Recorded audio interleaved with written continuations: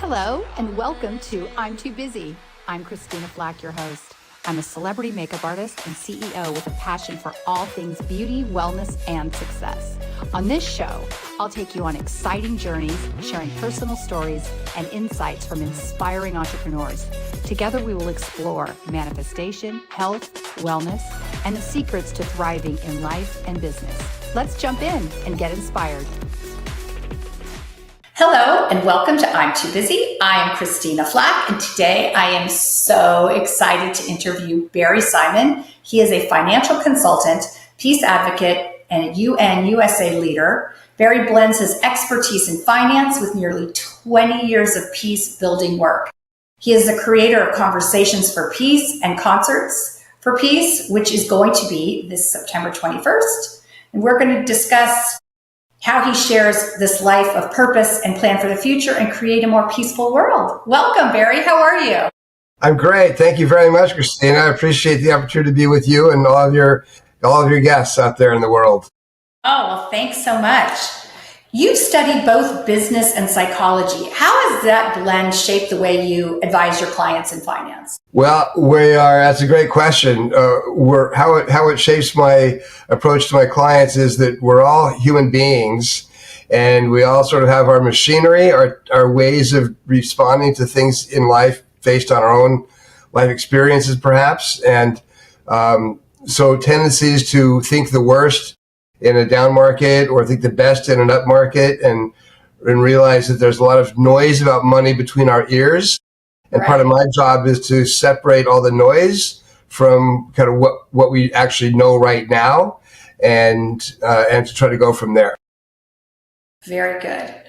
What do you believe most people misunderstand about investing in long-term financial planning? Well, to achieve your long-term goals and to exceed the market performance, you need to take a degree of risk, and that's not easy for everyone. And so to calculate how much your expectations are on the upside and balance that with what are you willing to lose on the downside. And so you have some kind of range that you're operating within. It makes it easier for you to ride out the waves and for your advisor to work with you and fulfill your objectives. Very interesting. How do you balance helping clients achieve their goals with staying grounded in your personal missions of peace and service?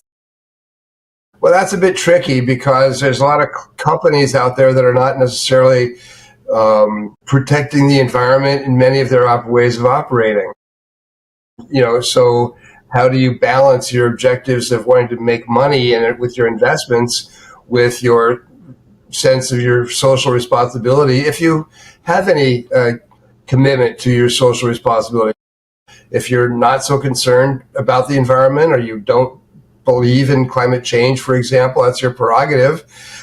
And my goal is to maybe explain different opportunities, or my intention is to explain different opportunities, but also to provide ideas that fit my customers' objectives, which may or may not fit my own personal social sense of purpose. The events of the 60s and the 70s deeply shaped your worldview.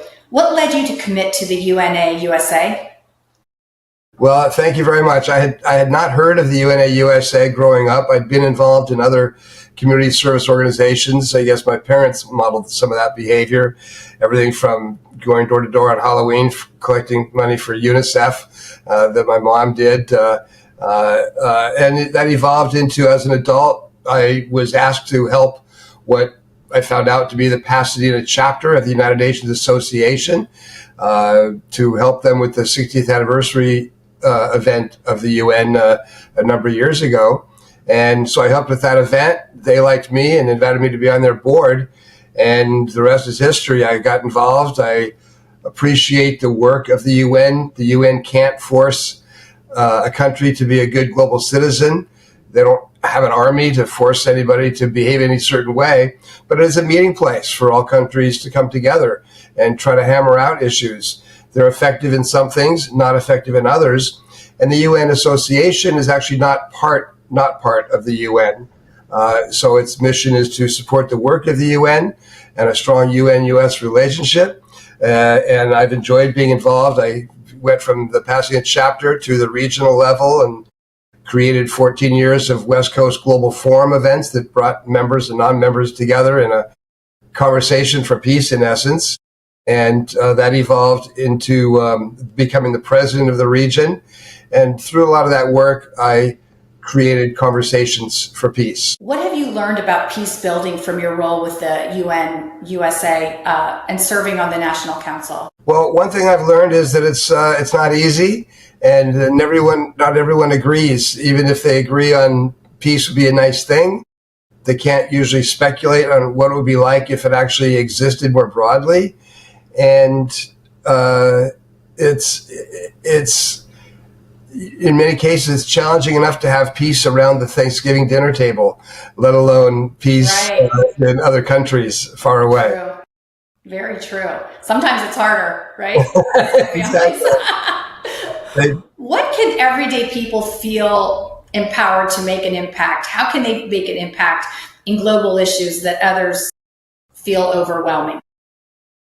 Well, believe it or not, and as much as I'm skeptical of this as well, writing your congressperson, you're writing your representatives, they get read, and more so even U.S. mail, slow mail letters to these offices, more so than emails, will stand out, and they're read, and they make a difference. Any action you can take, and in your own neighborhood, saying hi to a neighbor that you may not have said hi to before, just bring that sense of peace and camaraderie and mutual appreciation to our own backyard can make a difference. And I believe it'll ripple out into the community, potentially into the cities, states, nation, world. I completely agree. It's amazing what one kind smile or word will do to someone that, it just takes a smidge of effort. And with someone that lives next door to you, just smile, say hello. You have a nice, it changes the energy globally by doing these little things that we think aren't even that impactful, but they really truly are energetically. All right, you've got a big event coming up in a couple weeks. I'm really excited about it. Conversations for Peace and Concerts for Peace are such unique things. What inspired this? Well, what inspired Conversations for Peace was growing up and having headlines about the Middle East my entire life, and the Middle East being at war at some form or other. And that, come on, as Rodney King said, can't we all get along? And you really think that, okay, there's 8 billion people on the planet. Maybe it's a lot less dangerous than I realize, but the headlines are full of dangerous areas of our country, war-torn areas, bombings, children being killed in various places, whether it's in a school shooting in America or in senseless bombings in Ukraine or in Gaza and elsewhere. This is 2025. These battles that have been going on for hundreds of years aren't getting people anywhere. Is any progress being made? So I wonder if they even know why they're fighting. It's like they do it out of almost habit. Exactly. If you ask someone on the street of those countries, do you even know why you're at war with this country? I wonder what they would even say. Because we hate them. Okay, but why? Because my grandfather's grandfather's grandfather's grandfather did X, Y, Z, and it's like, okay, I got it. We've all done stuff that every country has done stuff, including the United States in a big way, with what we did to the Native American population when the white man came here from Europe. And, so every country has had some disrespect for the other at one time or other. And we're seeing that in a big way now in the U.S. So how can people it's like a parent oftentimes calls a timeout with their child when the child's misbehaving, right? Can we just call like a global timeout? Wouldn't that be nice? And given that music is kind of the international language, that's kind of a way of having a global timeout.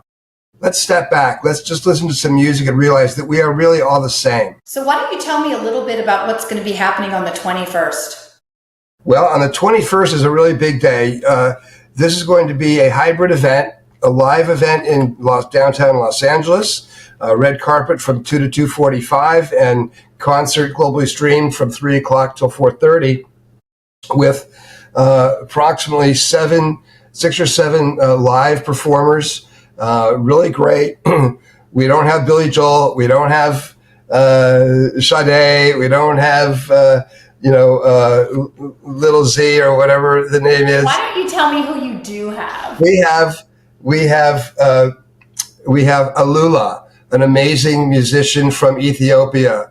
We have Anna from Ukraine. We have Kelsey Kimberlin from Ukraine. We have a beautiful children's choir from Turkey. Colin Smith from New York City performing a song, Where is Justice? We have a song that I co-wrote with a friend of mine that opens the concert called Harmony that will start the concert. A friend of mine, a beautiful singer, performer, songwriter, Dina Rousseau is performing. Highland Church, a great guitarist, is performing. So there's a lot of great talent that will be performing in person in LA, along with videos from around the world and talent from New York City that is performing for the concert from New York as well. So there's great talent. It'll be very entertaining, a cross-section of talent from somewhat classical to pop to reggae-ish tunes. So it's going to be great. And it's also, just to add a moment more here, it's also connected earlier in the day, and this is all streamed through streaming company Connect TV. And people can see it that day. If they're not able to attend in person, they can go on to Connect TV and subscribe. They can either pay $4.99 for the month, or there's even a way to scroll down and get a free subscription for seeing the concert. And it'll be linked to a concert out of Berlin and Paris called Live Peace, and that contacted us to see if we would like to be engaged with their project as well. So it's truly a global event. Oh, how exciting! That's going to be amazing. I can't wait. Yeah. Can you share a story or moment from one of your peace projects that felt transformative? One of the first people that I interviewed, when I first started Conversations for Peace, and I'll try to keep my answer brief, when I first started Conversations for Peace, it was with the intention of going to Israel and interviewing people in Israel on what would be possible if everybody could get along.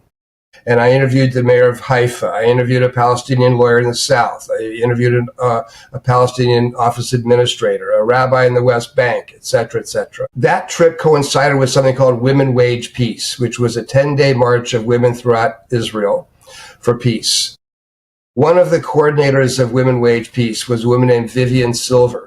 I was not able to interview her when I was in Israel. So when I came back, we did similar to this. We did an interview with her online. Fast forward to this October 7th of a couple of years ago, when there was the major invasion of Hamas into Israel. She was killed that day. And I'm sitting here working at my desk, and I hear some news fellows speaking, and then I hear this voice, and I go, I know that voice.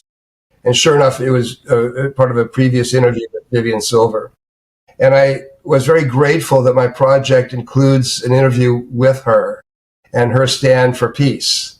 And it moved me that I had that interview with her, which included there being missile warnings during that interview 6 years ago. And she was an incredible woman who had helped people get from Gaza to hospitals in Israel for cancer treatment and back to Gaza, and working also with senior leadership to create a peaceful resolution.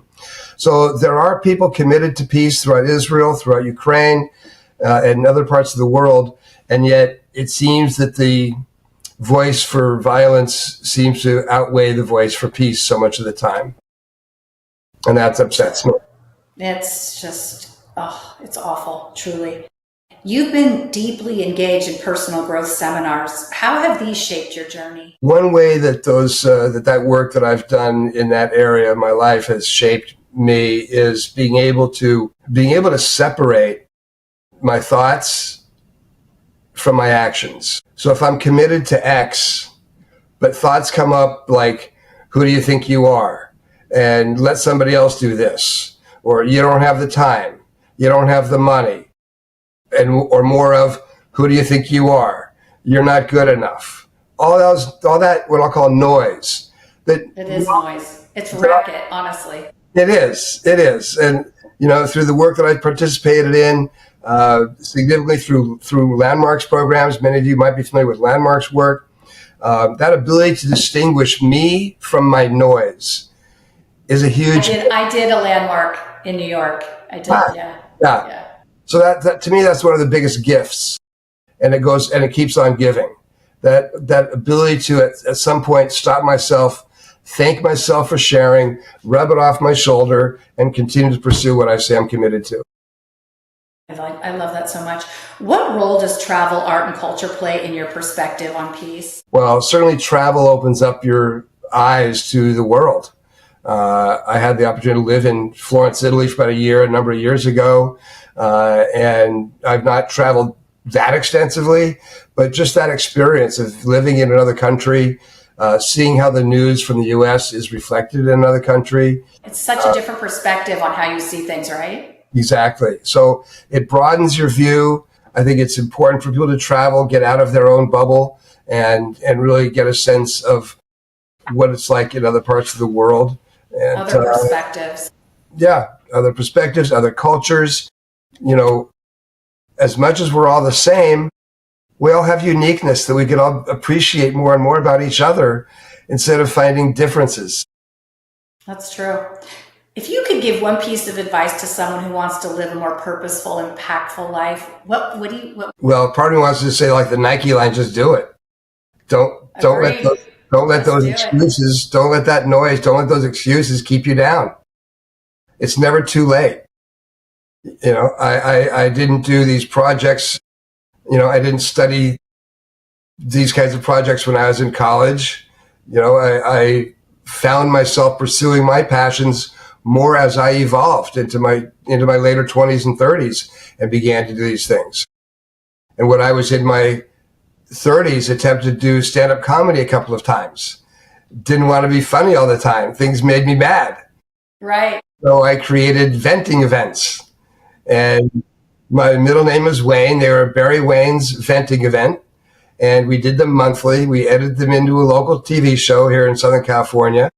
And it gave people an opportunity to express their views on issues of the day, be heard, appreciated, and respected for their particular point of view. And that's actually what led to the Conversations for Peace and the Concerts for Peace. So it's been a kind of a 30, 40-year process. It's so interesting, like all these different roads one takes to lead you to this. So it's really interesting. So that's what pursue your passions. Pursue your passions. Yeah, I completely agree. And live your life. You clearly live a purposeful life, and it's full and beautiful. So we're going to shift a little to some rapid fire questions. Are you ready? Okay. Okay, here we go. Golf or biking? Golf. Favorite city you've traveled to? Would have to be Firenze. Yeah, I thought that's what you'd say. Where is your happy place? Oh, where is my happy place? On a beach anywhere with a great companion. That's with a great partner. Yeah. What do you do when your day isn't flowing? When my day isn't flowing? Yes. The dishes.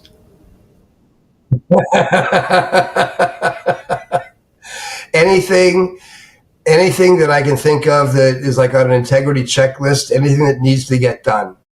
Go do one of those things, and the upset lightens up and disappears. True. What is there one book that changed your life? Probably Be Here Now, a book years ago by a gentleman whose name became Baba Ramdas. And there was a line in the book that goes something like, until you've met a highly motivated, anxiety-ridden young Jewish male, you haven't met a real achiever. And that's hilarious. And that I read that book in the 70s, and that line sticks out like a sore thumb. Isn't it funny, the things that keep in our mind for years? It's so funny. Okay, a peace leader who inspires you. A living peace leader who inspires me would. It doesn't have to be living or dead. Okay, well, a living one would be Barack Obama, and I would say a deceased one would be my grandfather. Oh, that's beautiful. Coffee or tea? Coffee.